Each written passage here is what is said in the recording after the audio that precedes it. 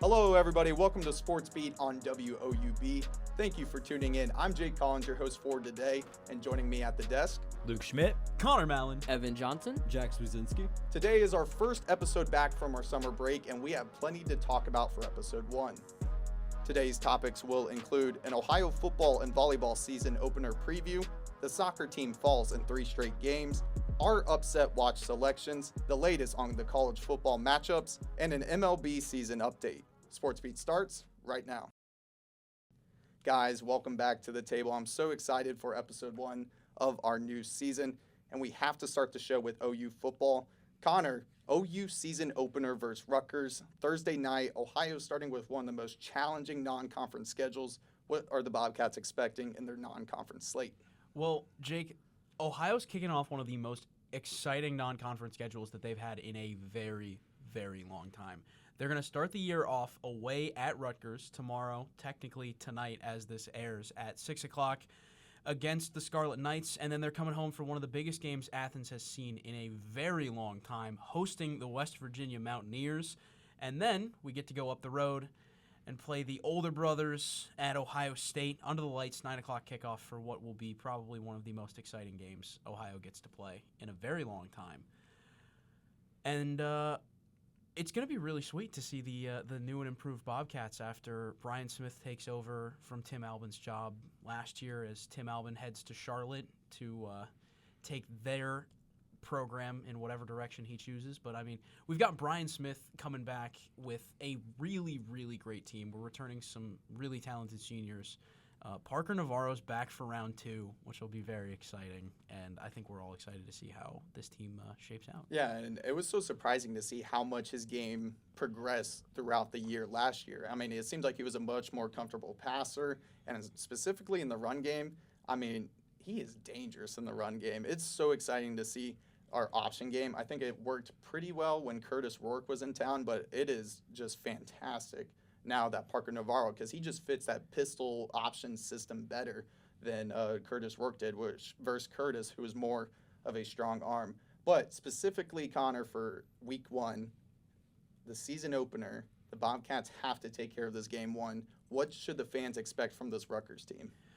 The Scarlet Knights are expecting their 17th season out of head coach Greg Schiano, and he's had a record 94 wins with the program. In 2024, his team had their second consecutive bowl appearance, and I mean, 7-6 on the year. They lost to Kansas State in the Rate Bowl, and I mean, it's the 4th time in program history that the Bobcats have faced off with the Scarlet Knights, and it's going to be really interesting to see if we can kind of even the record, because we have 2 games under Frank Solich. They both lost.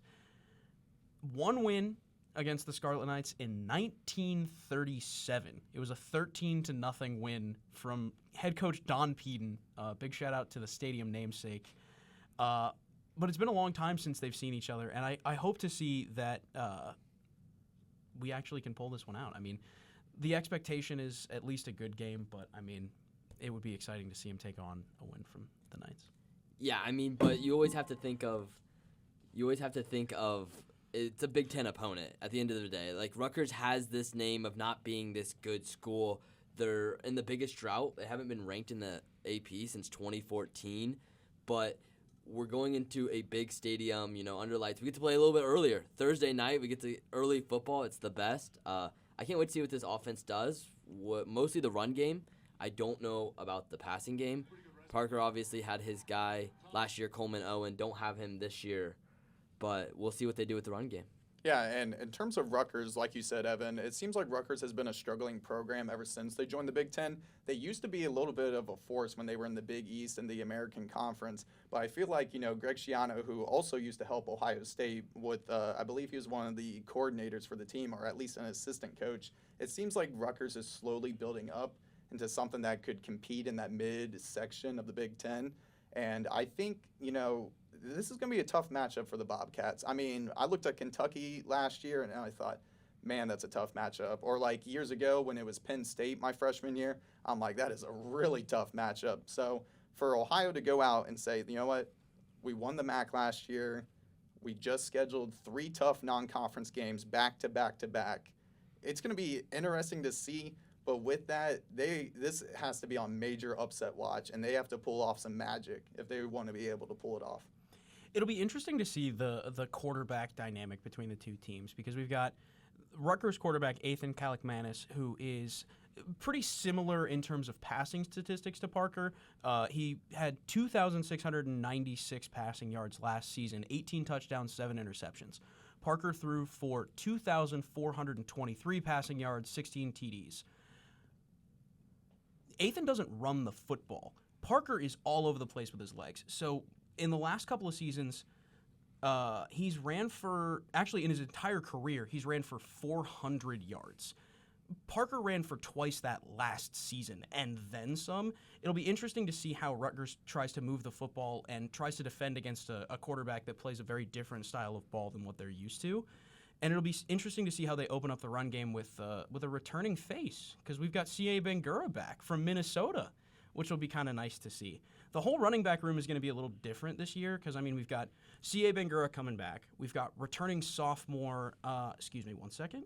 Brune's coming back. Brune is Brune. the RB2 right now. Yes. From Germany, I believe. Yep. Yes. He saw some snaps last year. I don't really know if he impressed too much, but Duncan Brune played 14 games for Ohio, but he stayed most of his time on special teams.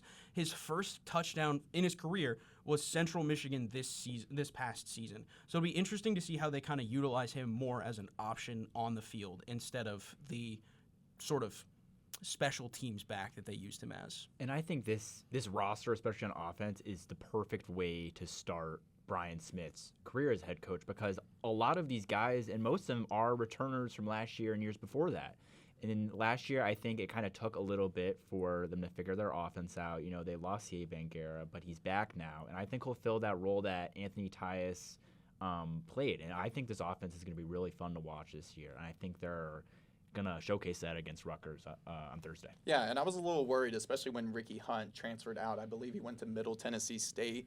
And to get Bangura back, I'm a little worried in terms of, he just came back from Minnesota. He had to learn a new system. He does know the old system that he used to run when he was at Ohio here. But the thing is, do we expect his legs to be a little bit, what's his production going to be like this upcoming season now that he only appeared, I believe, 3 games for Minnesota and really didn't record any stats? Do we think his production is going to be affected at all? I think it'll be give him a couple weeks. I'm not 100% sure that it'll be like an immediate impact out of him, but I know for sure that he has the talent to play on a Big Ten team, make a Big Ten roster, and at least make the appearances once or twice. Maybe not be the full-time starter, but taking the step back, coming to OU, and clearly making an impact on the roster will be a good spot for him. I'm interested to see how the big fellas in front of him will be moving this season. We are returning 1 full-time starter and 1 senior who made a couple of starts last season. Davion Weatherspoon is our full-time starter, who we saw a decent amount of last year, really big impact player on the offensive line. And then we've got offensive lineman Trent Allen, who had 4 starts, 12 appearances for the Bobcats last year. I'll be interested to see how these guys end up playing out, especially they're going to get their pressure put on early with a Big Ten defense, and clearly that defense has got some familiar faces. Once again, Bradley Weaver, who in the transfer portal took his interesting matchup week 1, getting to see him again. So it'll be I'm curious to see how the team performs against a challenging defense week 1. I think the offensive line is the biggest weak point of this team, but the reason I'm not too worried about that is because of Parker Navarro and his ability to scramble. We know that if he does get this pressure, that's kind of where he operates best, where he's able to keep a play alive either if he has to throw it away or he just gets so many yards after these plays break up. And I think the only thing I'm worried about specifically with the offensive line is probably just the passing game aspect of it. I think once you're in this pistol option system, it's pretty easy to adjust from being one of those scout team members. I mean, run blocking is, in hindsight, a little bit easier than it is pass blocking. So it's going to be interesting to see, what this new O-line does. But I'm interested for you guys at the table. Who specifically, one of these younger guys, do you think is going to step up big? I'm going to go tight end. Mason Williams, I mean, he's kind of been the guy.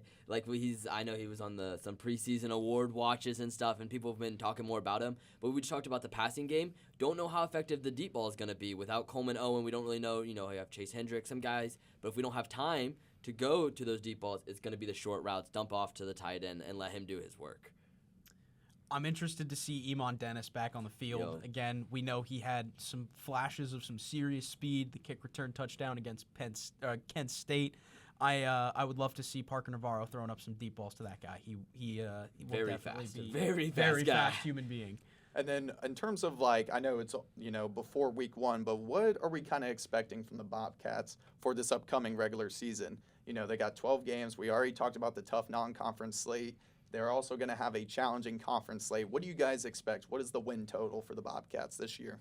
I think double digit is the standard now on. You've gone these couple years with 10 or more wins, and I think that's the standard now, and you're always trying to strive to be at the top of the conference. And even if it's a tough non-conference, you drop 2 of 3, you still have a chance to rebound and go strong through conference play. I would agree. I think the floor for this Bobcats team should be 8 wins. Yeah. The expectation is 10, maybe set the record, go 11 3 years in a row. Yeah, I think that's kind of the expectations that I have from the Bobcats. 8 wins because they have a challenging, non-conference slate like we keep talking about. But in terms of conference slate, you got to be able to win 7 to reach the MAC title. I mean, they got pretty lucky with the fact that a lot of teams beat each other last year, and they're going to need that this year again. But as long as you remain, you learn from the non-conference slate. That's why the non-conference games are there anyway. Even if a MAC team finished, 11-1, they're probably not going to be a playoff team. So it's you could afford these non-conference losses and still have a productive season. But that's going to be it for our football segment. Of course, the football team starts Thursday night, but the volleyball team has their Bobcat Invitational starting this Friday. Jack, what are the details for this weekend with the volleyball team? So, Ohio will open their season on August 29th by playing Bucknell at 7:30 during the Bobcat Invitational. Bucknell will be coming off a match against Iowa State at 3:30, and then Ohio will face Iowa State on Saturday, Eastern Illinois on Sunday to round out the Invitational. Bucknell is a scary team, especially looking at last year. They went 21-5 and 13-3 in conference, only losing a couple players to graduation. Last year they recorded 1,202 kills on 3,374 attempts with 433 errors. Ohio, just for kind of an idea, had 1,541 kills on 4,018 attempts with 631 errors. So they move at a very efficient rate. They recorded 23% kill rate, which is about 10% higher than their opponents on average. They recorded a little over 1,000 sets with 5 total ball handling errors, which is half of their opponents' total ball handling errors. And for Bucknell, like you said, it was a very strong team. It sounds like they were efficient, 21-5 and 13-3 in conference play. I believe they lost in the conference semifinals last year. Mm-hmm. But for the Bobcats, what was the kind of year that they had last year, and what should we expect from them this year? They went 14-15 overall, 10-8 against conference opponents. They faced 3 out-of-conference opponents in 3 days, which they were about 4-7 in out-of-conference play, which isn't ideal, but there's a couple issues with that, a couple problems they were having last year, a lot of effort issues, not being able to close out sets. I think there's a good chance with some of the new people that have been brought in, we might be able to see that start to kind of work itself out this year. Lost a lot of players, but should be good. Yeah, and like you mentioned, a lot of those matchups, both in and out of conference play, they were just unable to close out sets and games in those late stages. Are we expecting any of these close games this upcoming weekend against either Eastern, Iowa State, or Bucknell? I'm thinking of, out of the 3 of them, I think the closest and the toughest battle they'll have all weekend will be Bucknell. That Bucknell team is just nasty. But the biggest issue, like you had said, is with effort. They would come out really strong, and they would go up, and the energy level would just start dipping later in through sets, and it would they would allow the other team to pull ahead and take the end of the game, end of the sets there, which they really need to just work on. It doesn't coming out and like playing your first 2 sets at 120% energy is nice. It's great to see. It's fantastic. They get up 2 sets, whatever. But then if you can't keep the energy consistent through the rest, there's no point coming out with 120. You might as well just come out at like 80 and work your way up at the end rather than going down. I'm interested in this team of who's going to step up. They were young last year, and somehow they're still young this year. They only have 2 seniors. Their best 2 players last year was Cam Hunt and Anya Arnichka, and they're both not on the roster this year. So they're going to need someone to step up. Olivia Gardner had some good, sparks last season. Kendall White is one of those seniors that contributed last season. Volleyball's got the new head coach, the interim. They don't even have a named head coach. So there's a lot of question marks with the roster, and I think this invitational will be a great opportunity to play in front of the home crowd and get some of these younger players experience to kind of carry on the rest of the season. Yeah, and it's going to be an interesting series just in general, especially I believe the Bobcats went 2-1 in the Bobcat Invitational.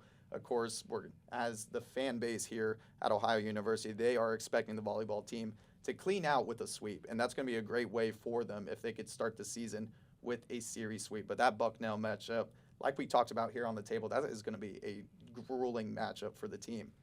So, as that should be an exciting start for both football and volleyball who begin their season. One team has already played 4 games, and that, of course, is the soccer team. Evan, Bobcats won the season opener against Western Kentucky, but they've dropped their last 3 straight. What has happened? Well, first, it's been a tough non-conference. Kind of like the football tough non-conference. They started with the win over Western Kentucky. Then they have Clemson here in Athens. It was a great game, great crowd. They lose that 1-0.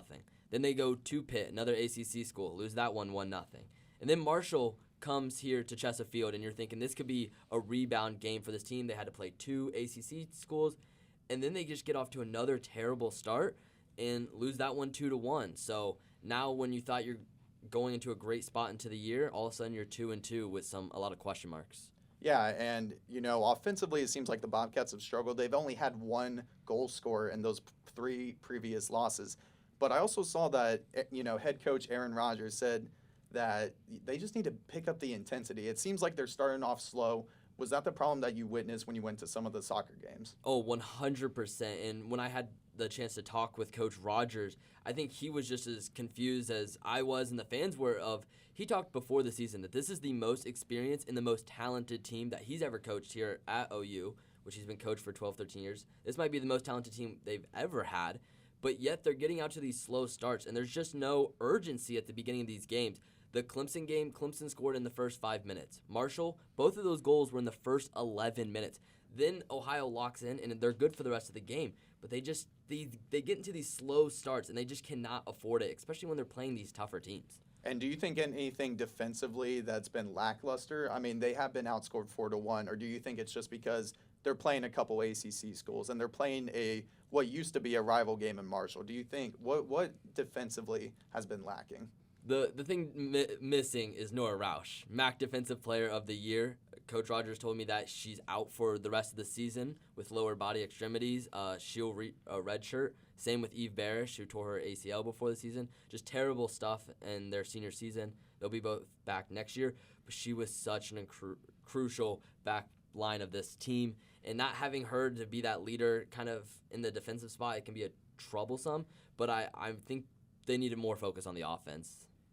Yeah, Evan, you've been at all these games, right? So I know you talked about they're getting out slow, but is there anything you're seeing they're kind of progressively getting better at, learning just more about like the game and themselves as they progress through this non-conference and into our next game against Oakland?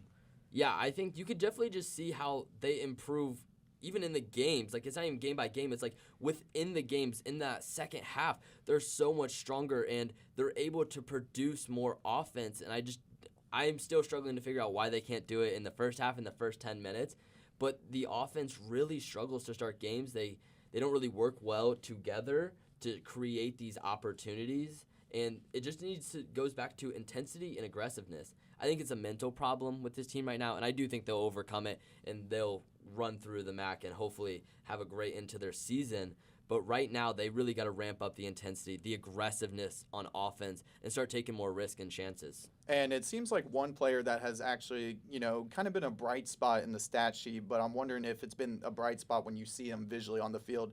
Forward Sonia Deering has been like one of the only productive players offensively for this Bobcats soccer team. She had 4 shots on goal, which led the whole team in their 3-game losing streak, and she was the lone goal scorer. Are you visually seeing that she's been a bright spot for the Bobcats soccer team? 100%, and it's solely based off of her mentality. She's the most intense player on that field, and she is the most aggressive, especially on the offensive side. It just seems like she just almost wants it more in a way, and that's when it comes to when you have all this talent and experience. They have the skill sets. They just have to go apply it, and it really is that mentality. She flies all over that field, and she hasn't been able to she only has the 1 goal, but she's had some real close opportunities and definitely has given Ohio their best shot on offense. And I believe every shot that she's attempted has also landed on goal, which is pretty nice in terms of efficiency comparing to what even she had last year, where she appeared in a couple games. But I'm interested in this upcoming matchup with Oakland. Last year, Ohio dominated this matchup. It was a 7-0 game. So going into the matchup, the players got to be ticked off. They got to be tired of losing. So do you think it's going to be just an intense blowout-style game against Oakland, or do you think maybe even some complacency might fall into this matchup just because of how well they played against them last year? I think they're going to dominate this game. I think if they beat Marshall and they just barely lose against Clemson and Pitt, maybe they get complacent with this game. They're like, hey, we already won 7-0 last year. We're probably just doing it again. But because of that loss to Marshall, 3 straight losses, I know the coaching staff is going to light a fire in them. They're going to come out firing, and hopefully this will be the game we kind of look back on and see, like, oh, this is when soccer turned their season around. That's when it took them to knock the rust off for a few games, and then they really start to click. So I think we'll see another domination style. Yeah, and it seems like they just always play better once it comes conference slate anyway. So this is kind of just that learning curve, some new faces on the team. Maybe you're relying on some younger players. Sonia Deering has been an absolute bright spot for the squad, so I'm excited to see how she does not only against Oakland, but for the rest of the season. And that's going to be it for our coverage of Bobcat Athletics. We now jump into our first table segment, and we bring back a classic, guys. Of course, we are talking about Upset Watch. This is where each person at the table will predict their own Upset Watch selection, and it could be from professional or collegiate leagues. And I got to start with the one that just sticks out to me, and this is the one non-football one. Connor, it looks like you have a prediction for the F1 Dutch Grand Prix from a specific Ferrari driver. Yes, I do. So, Jake, you and I have both chatted before that we are big F1 people. So, if we look back on this season, it has been absolutely dominated by the McLaren drivers. Piastri and Norris have basically run the table for most of the season. 3 non-McLaren drivers have won: George Russell and Max Verstappen. If you look at the splits, George Russell won in Canada, McLaren won back-to-back, Verstappen sneaks in a win. Verstappen won in Japan. We've got 2 McLaren wins back-to-back. I see no reason why Ferrari can't sneak in 1 win in the Dutch Grand Prix. I mean, they've got such a good team here with Leclerc and Hamilton. And for the love of God, can we not have McLaren win every single race this season? Like, you've got so much talent up and down the entirety of this board, and for some reason, Piastri and Norris have run the entire table. It's insane. Yeah, and to go along with that, I mean, the way I've always compared it now, watching F1 year in and year out now, it's kind of like at this point where Mercedes and Ferrari are at, they've kind of been declining since the late 2000s and even the early dominance of the dominance of the early and mid 2010s of Mercedes. It just seems like they're now on the same level. I mean, McLaren has been that team that's been on the rise since then. Red Bull is finally on the down now that Max Verstappen is the only productive driver and they can't get anything going in that second seat. I'm excited to see what Charles Leclerc does for Ferrari this upcoming season. He's been a driver who's talented enough to win in Ferrari equipment, but for whatever reason, either it's poor pit stops or they just can't match the pace of McLaren because McLaren has been unbelievable this year. It should be exciting. I do like this upset watch selection. Now we are going to go to our first college football pick. Luke, I'm going to go to you. Who is your upset watch for this week? Yeah, so even amidst the talk about this team not potentially not having a football program in the future, I'm picking the California Golden Bears over Oregon State. The spread was pretty close. It only had Oregon State -1.5. And I mained California on my CFP Dynasty in 25, and I just really like the team. And I think this is a rivalry game for these teams that they played earlier in the season. They're not in the same conference anymore. Cal's in the ACC, and Oregon State is one of the last couple teams in the Pac-12. But I really think that Cal could give Oregon State a shocker here. I know Oregon State just transferred in Malik Murphy, but I really like the freshman from Cal. I really don't want to butcher his name, so I'm not going to say it. But he took the job from Devin Brown, and Devin Brown played at OSU for a couple years. So I trust Cal's head coach to make that decision to let the freshman start. So I really think they could give them an upset this week. And this matchup is intriguing because I believe California won this game pretty handily last year. It was a But to blowout. see Oregon State come in week 1 as the favorite, there must be something that sportsbooks are looking at and saying, hey, this is Oregon State's game.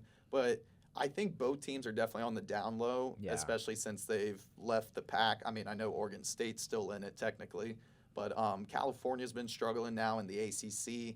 But it's going to be a very interesting matchup. And like you said, these are former conference opponents. Yeah. They're very close to each other. There's still some tough love between them.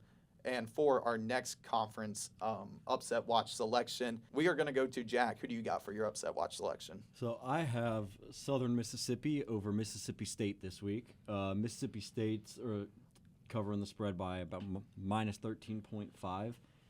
My big thing is Southern Mississippi was not good last year. They finished 1-11 and 0-8 in conference. But both teams are under new head coaching staff, and Southern Mississippi's new head coach is Marshall's Charles Huff, who brought, and I just looked at the number, Southern Mississippi's incoming transfer number is at 54. Wow, that's with unbelievable. A ridiculous amount coming from Marshall. 19 Marshall players have transferred. So clearly this coach resonated with a lot of people. Clearly a lot of people want to play there. I think this team will look very different than how they were last year. And I think line that close, I think Southern Mississippi could take it. A real fun fact about the Southern Mississippi transfer portal, Charles Huff was named the head coach December 9th.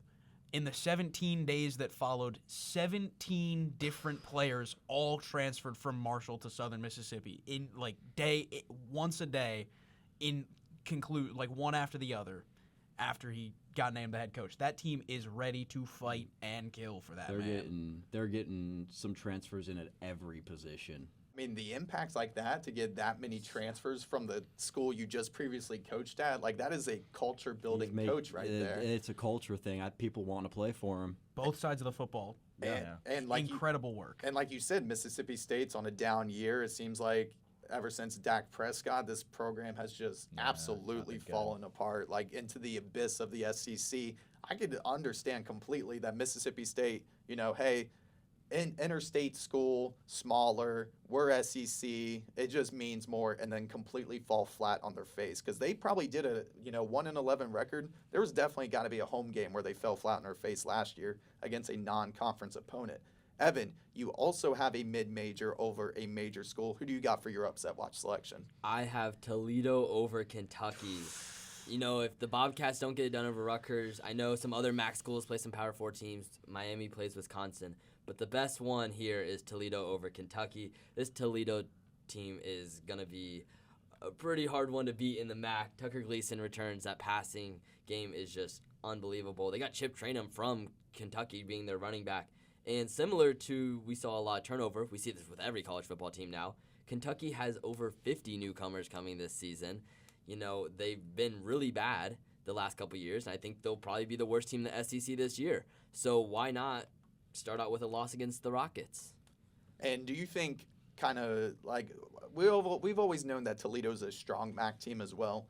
What do you think their presence is going to be in the MAC, and then how strong they will start this non-conference slate? Their presence in the MAC is I'd be shocked if another team beats them out. I think this Ohio team's great, but I think it's Toledo's year to win the MAC again. I mean, they've always been at the top. It's going to be Toledo's year. Connor's shaking his head no, but Unfortunately, it's going to be the Rockets. And I think this is going to start it. If they get this big win over an SEC school, even if it's Kentucky and they're not great, Toledo's going to have a great start to the season. They'll also be in that conversation for like 11, 12 wins. Evan, we are like 30 minutes into our first episode of the year, and you've probably already ticked off the majority of Bobcat fans that will watch this podcast. Noah Cavan, especially. Noah Cavan I'm just sorry, had a Noah blood Cavan vessel isn't pop in here. his head somewhere. Oh, yeah. If That man's going if to come in here in a blind rage. If a MAC school were to make the playoffs, it would be Toledo. I don't hate that. If a MAC school were to make a playoffs, Tucker it would be Gleason's Toledo. really good. I mean, yeah, historically, Toledo's Yeah. been the strongest Yes. MAC team in the past decade or so. Yeah. So, I mean, other than what used to be Northern Illinois, but History's cool and all, but the Bobcats are better. Yeah. They don't have as much certainties. We don't know what this Bobcat squad's gonna do yet. yeah. Yes. Yet. 3 weeks if we have a conversation and they just be Rutgers and West Virginia, then we can have a different conversation. But right now, before we've seen anything, Toledo looks the best on paper.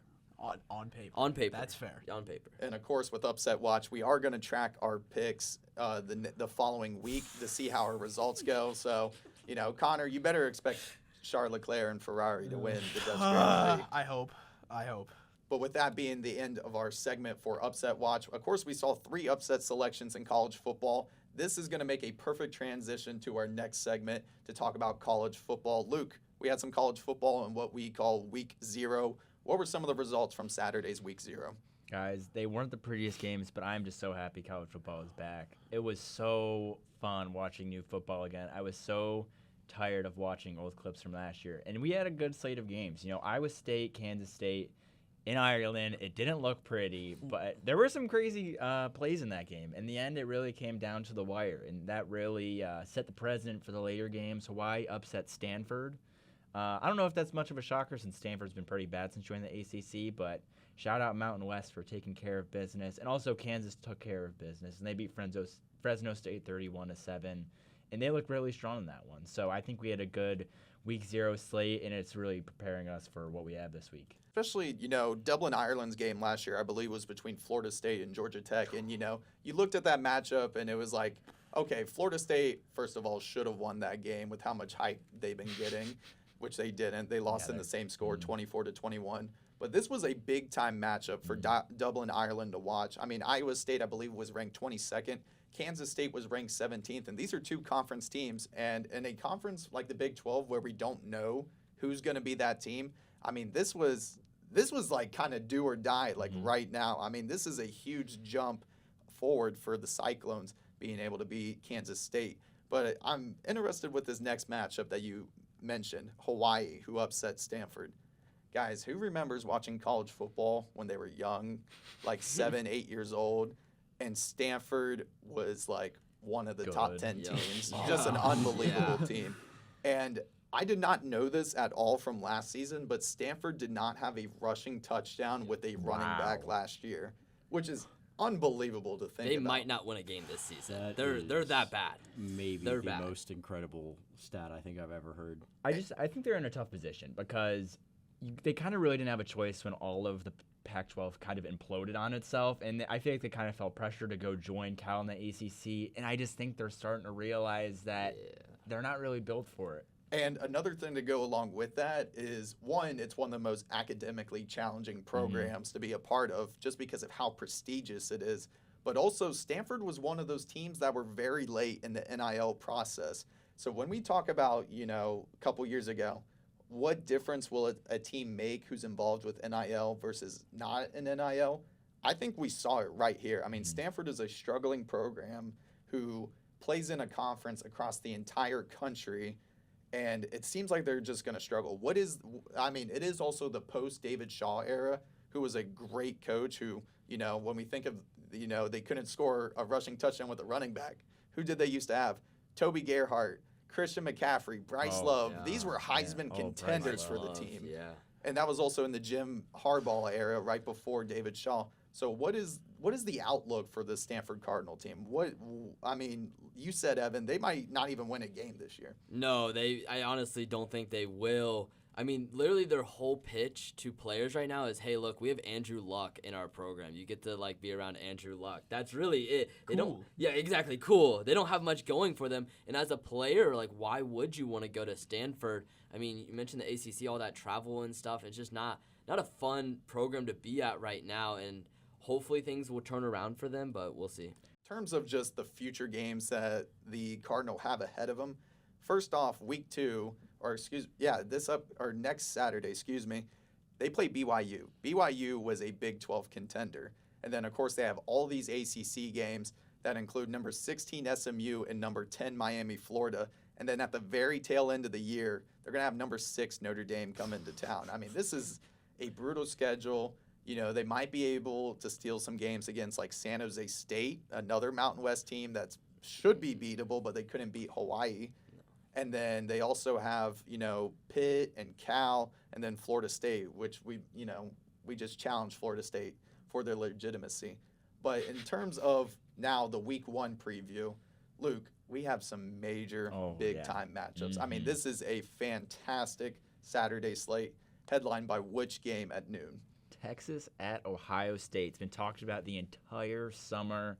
It's almost here. I'm so excited. I've been an Ohio State fan since I was young. And this arguably has the most intrigue of a game in a very long time. You have 2 teams, NIL deals through the roof. You have the team who just won the college football championship last season.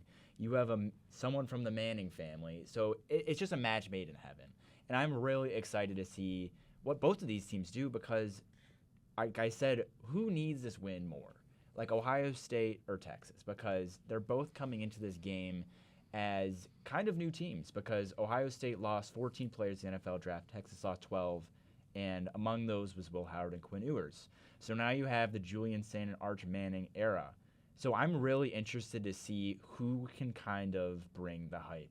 I love Peyton Manning. He got me to become a Broncos fan, but I really am interested to see how Arch plays because everyone really loves Arch, but I'm not sold yet just because we didn't see a lot from him last season, and I feel like he's getting a lot of hype, which I really want him to exceed that hype. Yeah, and I'm glad you brought that up because I think a lot of people have focused on the quarterback battle for OSU between Julian Saint and Lincoln Kienholz.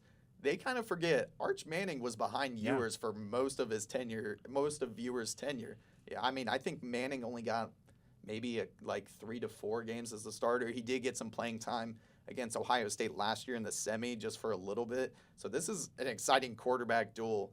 And I think the only thing scary for any Ohio State fans, this Texas defense is strong. I mean, Anthony Hill Jr. in the middle of this defense is the most intimidating thing. But I'm just curious for you guys, what exactly do you think the predictions for this game are going to be? I think I'm thinking Ohio State here just because of the home game. I think that's one of the biggest factors. The shoe, even though it's a noon game, I don't know about you guys, hate the big noon kickoff. Yeah, that's so stupid. This night game game. should be a night game, 100%. But still, they're gonna be rocking in Columbus, and I think that's gonna rattle Arch Manning first game, and I think Sayin will fit in just fine. I think we talk about the defense, but when you have Jeremiah Smith, does it matter? Does it matter? So we'll see. I think it will definitely be close no matter what happens, but I think Ohio State will squeak it out. As much as I love the Texas defense and as much as the hype around Arch Manning is there, Ohio State has won 25 straight season openers. Wow. And I do not see that changing anytime soon. I mean, you've got the number 1 wide receiver in the country, the number 1 player in the country, the assured first overall pick in the NFL draft that he goes in. Like, let's be so for real here. There's no reason that Ohio State should lose this game. And we're talking about Texas's defense. Ohio State has the best defensive player in the country, so they also got that going for them. I think the only thing I'm worried about for OSU is they limited Jeremiah Smith to 1 catch for 3 yards in the semifinal. But with that being said, it's going to be week 1. You're probably going to have some new defensive backs in that system in the secondary. they got to be able to guard this cat. And they did that with 2 or 3 players. Yeah, triple team. Ohio State fans, the bad man is gone. You do not have to deal with Chip Kelly anymore. Yeah. He is not going to aggressively run the football 4,000 times against Michigan when the only game plan should be airing that thing out. Jeremiah Smith is going to get utilized so much more in this offense now. We don't have to deal with the shenanigans that was, as far as I'm aware. I think, in my opinion, once they sort of took the reins off and let Jeremiah Smith do his own thing for the entirety of the college football playoff, that was when Ohio State really was able to step into their own. If we allow Ohio State to step into their own as early as this Texas game, because we're putting them up against a real challenge week 1, instead of saying, here's 3 easy group of 5 non-conference opponents that you can kind of settle into your season and then get smoked by the first Big Ten opponent that you walk into, it's forcing them to step up early and then keep their foot on the gas and prove that they are the best team in the country once again. And what helped them become the best team in the country, at least last year, and to go off your point with, Jeremiah Smith's production should increase, especially against Texas, was last year the Buckeyes had Quinshon Judkins and Travion Henderson.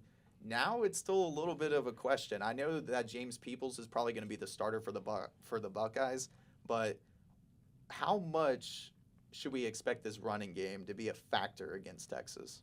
I don't think it will be a big factor for Texas. I think throughout this season they'll start working in more, getting more comfortable. We'll see who the lead running back is. And maybe there isn't one and it's just going to be by committee, but I think you just have to air it out. There's so many weapons. I mean, we haven't talked about Max Clare on this team now, like possibly one of the best tight ends in the country. Carnell Tate, Brandon Innes. It's not just Jeremiah Smith. I think you just have to go with what you know works. Passing's going to work. Just spam that and then run it every once in a while. Yeah, that's so much talent around this game for both OSU and Texas. I'm so excited to see it at noon. But Luke, we have other big games. What is the next big slate on Saturday? Next one, Saturday night, LSU at Clemson. Another huge game with, again, big implications for 2 ranked teams. I am really intrigued to see how Clemson plays this game because there has been a lot of buzz around Clemson so far. They're number 4 in the country, I believe, right now. They're pretty highly ranked. They snuck into college football playoff last year, right? Yep, So they won the in. ACC. Yeah, so they snuck in. And Cade Klubnik has generated a lot of national media hype and buzz. And everyone really seems to comment on how, after this LSU game, they have SMU and South Carolina later in the season. They have a pretty easy schedule. So I think this is going to be a telling game for Clemson. If they can beat this LSU team, then they have a chance to really put up some high wins, and a lot of people think they can go undefeated. I think the Clemson hype is for real, and I'm fully bought into it right now. I think, Dabo, he hasn't been going with this new age, not with the transfer portal. He's built this team from the ground up. It's loaded with upperclassmen experience. Cade Klubnik was a dog last year. 36 touchdowns, 6 interceptions. They really did put up a fight against Texas in the college football playoff game. They had a chance in that game, and they weren't even great, and they've only gotten better since then. I think they're a for real national title contender. I will not discredit a singular player on that Clemson team because I will agree that Dabo Swinney has built that team from the ground up. When you only pick up 6 players in the transfer portal this offseason, that's a bit of a red flag, first and foremost. But I don't want to discredit any of the Clemson players because Dabo Swinney couldn't coach his way out of a wet paper bag. That's fair. Okay? That dude is like James Franklin, but in the SEC and worse. But he has national championships. That's it. You can't compare him to James Franklin in that case.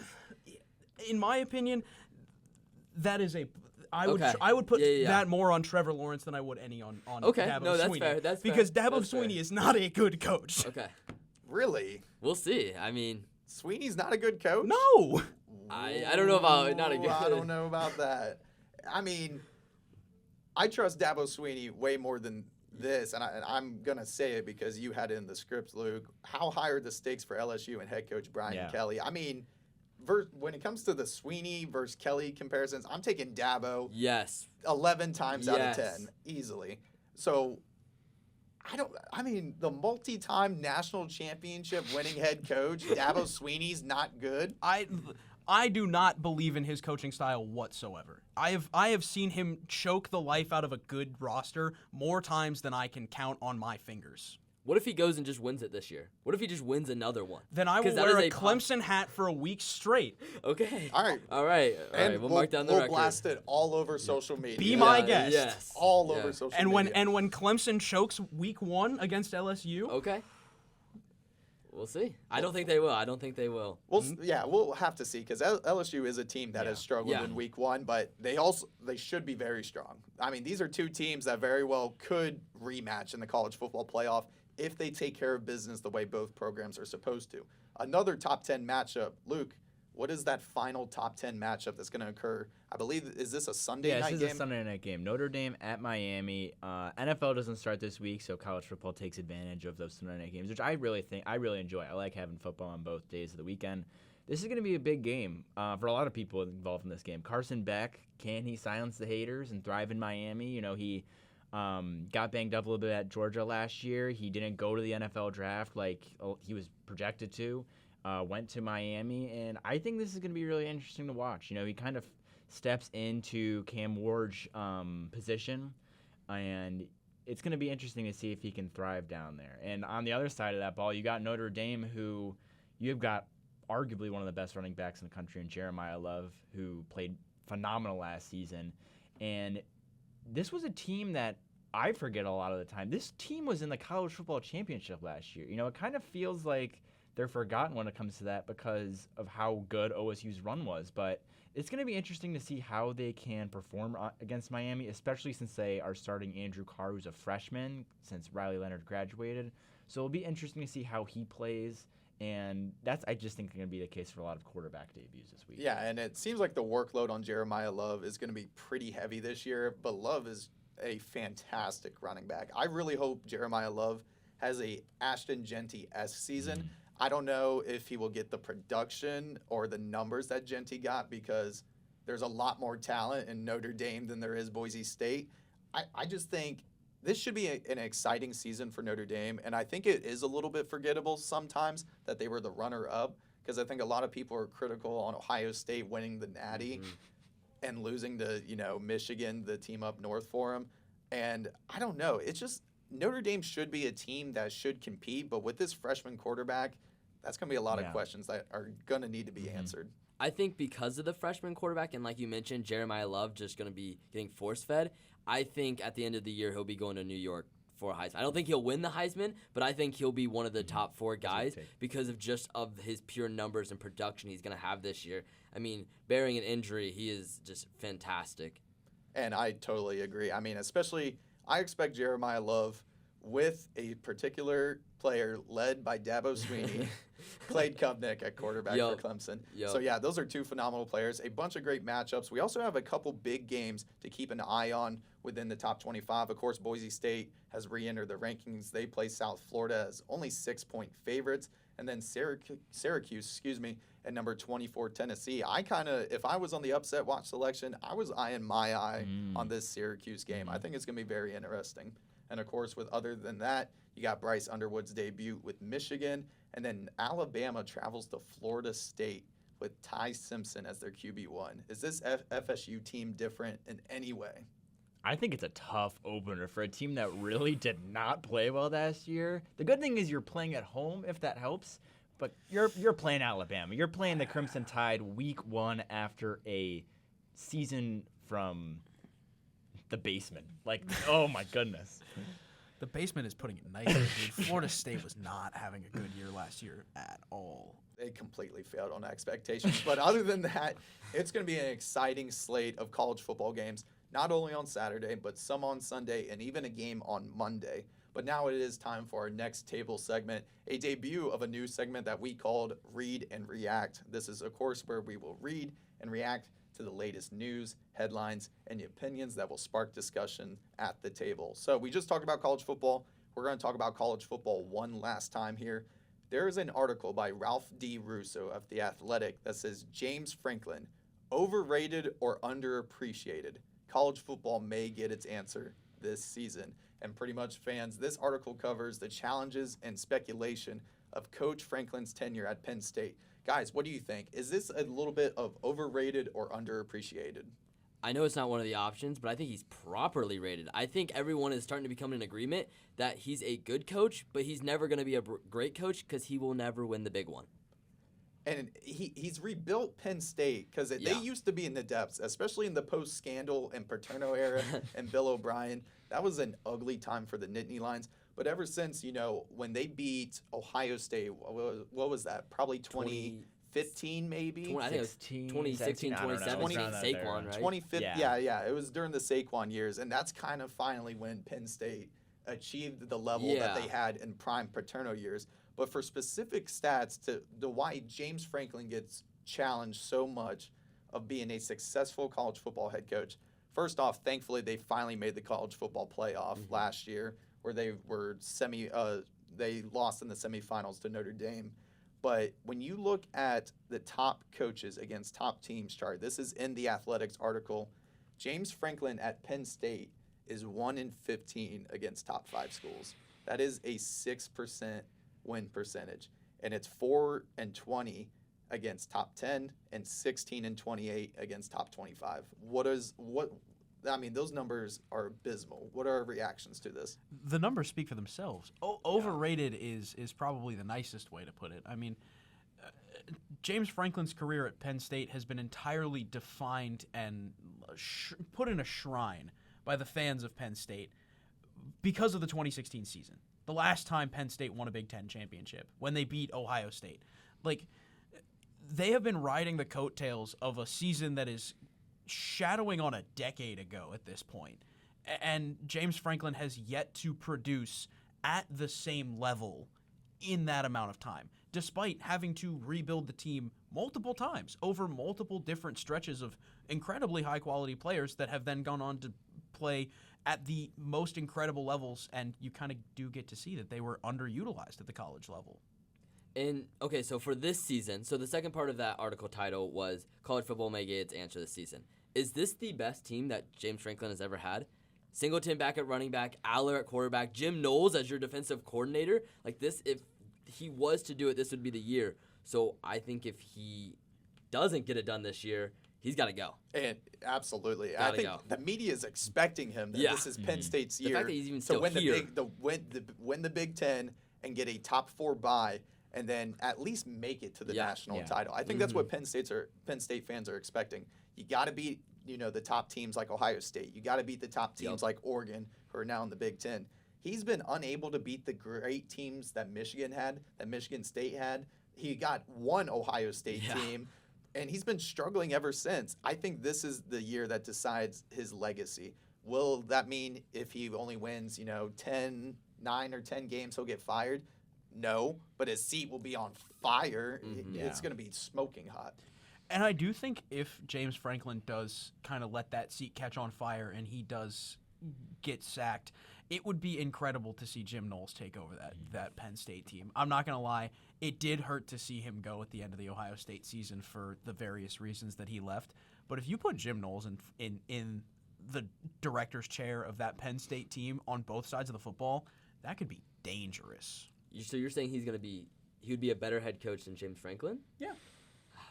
Well, we haven't really seen him in that head coach role. I don't know about head coach. I think he sits perfectly where he is as just maybe the best DC in the country. I would agree that he is, without a doubt, the best defensive coordinator in the country. But, I mean, with the inconsistency and the lack of success that James Franklin has continued to show over the last decade, it wouldn't surprise me to see them just do anything at this point to try and find some level of success beyond where they've been and maybe that was them thinking ahead of getting Jim Knowles, thinking that, hey, in a year or two we might be needing to fill a head coach role, so let's get this guy in the program now. It is entirely possible. Yeah, and that was an unbelievable steal by Penn State to get Jim Knowles from Ohio State, from a rival, which is unbelievable. After you win the Natty, it's crazy. Yeah, win the Natty and go get a bigger paycheck, which, hey, that's a part of the business. But speaking of getting more money, Commanders wide receiver Terry McLaurin has agreed to a 3-year, $96 million contract extension with the Washington Commanders. Guys, there's been a little bit of speculation and that Terry wasn't happy with the Commanders in this offseason, but they finally got that deal. They did have to trade Brian Robinson to probably open up more cap space for Terry McLaurin. How will this duo of Deebo Samuel and Terry Mack work? They need it. First of all, the window opened last year with Jaden Daniels. Now your Super Bowl window's open. They need Terry McLaurin. If he's not happy, it's probably just a money thing. I think when you're on a great team, you'll be just fine once they start winning games. See, I understand there were financial reasons, but I'm looking at the Commanders' depth chart. They only have 5 receivers rostered right now. If you have a guy like that, like, your next best options were Deebo Samuel and Noah Brown. Like, do you want those to be your weapons? No disrespect to Deebo Samuel and OSU legend Noah Brown, but do you want Jaden Daniels in his second year? You know, we saw Stroud kind of struggle in his second year. Do you want him to be stuck with kind of contained where he doesn't have a lot of offensive threats? And like you just said, Evan, their Super Bowl window opens and they need to act. So Terry should have been paid definitely a couple of months ago. I just think the receiver market got kind of messy after I think DK got paid is what people were talking about, how that kind of murkied the waters. But I'm glad he was re-signed. Yeah, no, I agree. I think, and I mean, part of it is if it was a money thing, pay the man. Yeah.